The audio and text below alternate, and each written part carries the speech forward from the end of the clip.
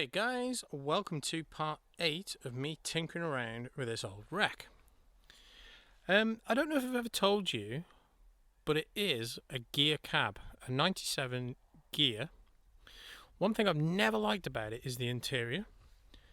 It's got this like almost purpley grey kind of combination. Yeah, it's not my cup of tea at all. Steering wheel, I found in my parts bin a 3-spoke steering wheel out of a GTI to replace that. The walnut dash and the walnut gear surround, I replaced that a long time ago. But now, if you follow me on Instagram, you know I've picked up some interior for this, which I'm going to show you now.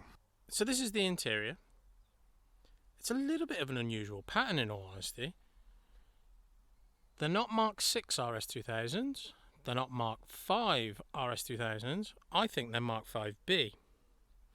And I think they're late model Mark 5B because they've got Mark 6 rails, but Mark 5 interior door handles. See how that's square? Whereas it's oval on the Mark 6. So I can't use the door cards, but they are damaged anyway. So, bit of a shame that, but I can't use them anyway, so I might flock the Mark 6 door cards. I don't know if I can use the rear seats at this stage, and I definitely won't be able to use the rear door cards. So flocking the Mark 6 door cards will probably be the easiest option. But for the money, for the price, and the condition, I couldn't say no. They're really good, to be fair. A little bit of wear on the driver's bolster, but that'll have a seat cover on it. A little bit of compression, which will probably massage out anyway.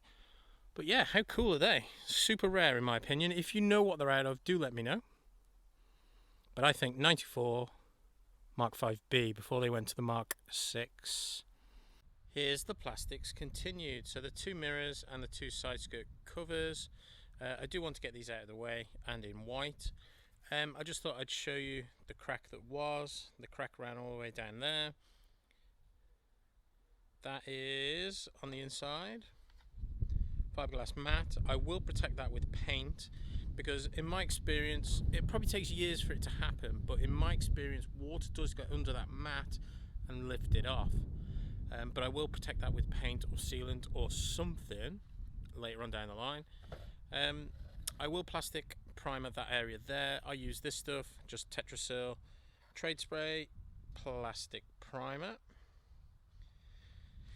I will plastic primer the side skirt covers as well. These are the front trim pieces for the side skirts. I'll plastic primer those. The filler I used on that mirror is big boy plastic flexible filler.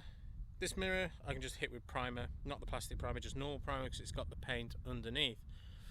I'm gonna get them all wiped down with Tetrasil pre-wipe degreaser, and then the next time you will see them they will be in white. Just in the process of swapping out the springs on the standard rear Mark 6 suspension. Again, I bought nothing. This is all just in my parts bin. And I don't think they're going to be too bad. I think they're going to work perfectly. I think the drop is 35mm from estimation with the measuring tape. So yeah, I'll get the other one fitted, get a bit of paint on these, smarten them up a little bit. Well, that's one less job for when the time comes. They are going to be one of the last things to go on the car. Something that's been incredibly useful to me over the years is a screw tub. Now, these are all from an Escort with the odd stragglers. But you go to a scrapyard, you get a new, a new exhaust. You always take the little bits with you. You've already got them at home. Chuck them in a tub. Keep them. Keep them all in one place. Today I was looking for a headlight screw, found it in this tub. Okay guys, I've spent the last couple of hours lining up the bonnet. I've got the bonnet as close as I'm going to get it.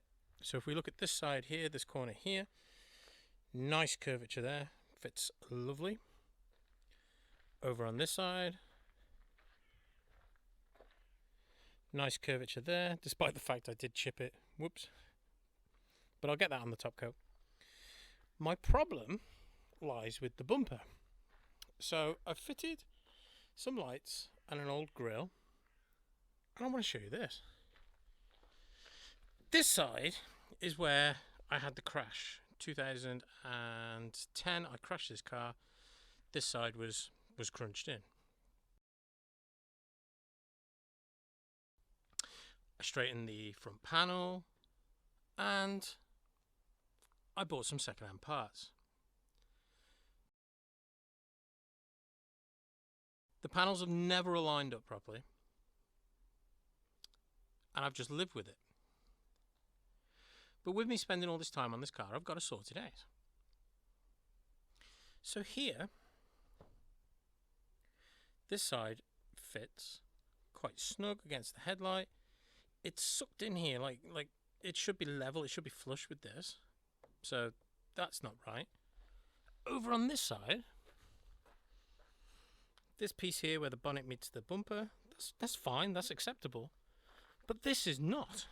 This is a huge, huge problem. Look at the size of that gap.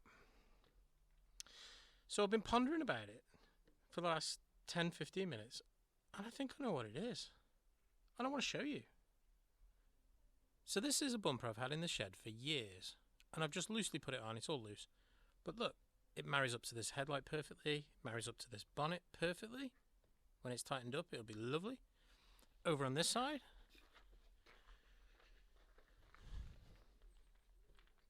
that's going to be fine there, and when bolted on, it's going to fit fine there too. No big gap. It's fine. It's good. Really good, in fact. So what's going on? This bumper is a non-genuine. There is no Ford stamp anywhere on this. It's obviously made poorly. It needs modification to fit. I would say there is too much foam backing somewhere here, so this needs trimming, taking off, trimming away, and gluing back. This bumper, I do have a problem. This bumper has been in the shed years because it is damaged. Exactly the same place where the GTI bumper was damaged. This is also a non-genuine bumper. But I am kind of pleased that where the bumper, so when I crashed this, where the bumper bolts to, it was bent, and I did pull it out, but at least I know I've pulled it out correct. I know that the gap is simply related to a poor production bumper, a poor quality bumper. This means I've got to repair this bumper. This means it's another couple of days out of sync for me. I'm going to see if I can find a genuine one. I'm going to start the repair on this tonight, and I will see if I've got we'll see if I can find a genuine bumper. In a way, it's pleased me. In a way, it's disappointed me. I think I'm more happy. I'm happier that the car doesn't need alignment at the front in any way. Not that it would on that panel, but you know what I mean. I'm glad it doesn't need to be pulled out anymore or pushed in anymore, or even cut away and welded in new. Why this has happened is when I crashed the car, I needed the car on the road ASAP, and I just bought a ruckus parts, sloppily fitted them to the car because I did bolt the wing on. I just got the car back on the road. So this has pleased me in a way, but also disappointed me. It kind of works out okay because I do have plans to fit Morettes as well in time. And anyone that knows the Morettes, you can either put the indicators in the fog lights, or you can drill holes in the bumper and fit the indicators in the front of the bumper, pretty much where my finger is now, right about there. I might do that in the future, I might not, but I'm going to get this bumper repaired. Oh man. Well guys, this is the early stages of repair on the bumper. It does need more work yet, but I will be honest and say it's thrown me out of sync by about 2 days. So I'm going to document the repair from start to finish in its own video, but I'm going to leave part 8 here. I think it's gone on long enough. Thanks for watching. Please like, comment, subscribe, and the next installment of this old banger will be Sunday, 8 o'clock. Thanks for watching, guys.